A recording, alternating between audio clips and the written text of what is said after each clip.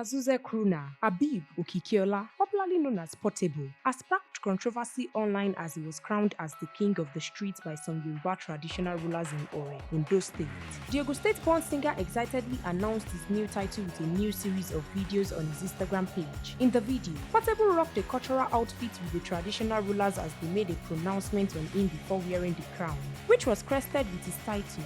They also wore him some beads as they shared what they felt about the Izazuze singer. Some social media users claimed that Portable paid the traditional rulers for the crown. The video showed popular Fuji singer Taye Currency entertaining Portable and other attendees at the traditional ceremony in Ondo with his outstanding performance. Some suggested that the traditional rulers might come to regret their decision, as Portable could still criticize them online.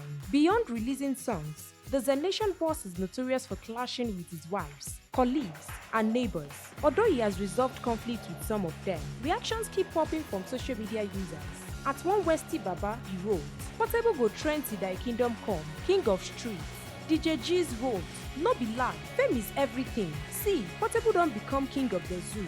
Stay tuned to NaijaNews TV for more real-time updates and exclusive videos.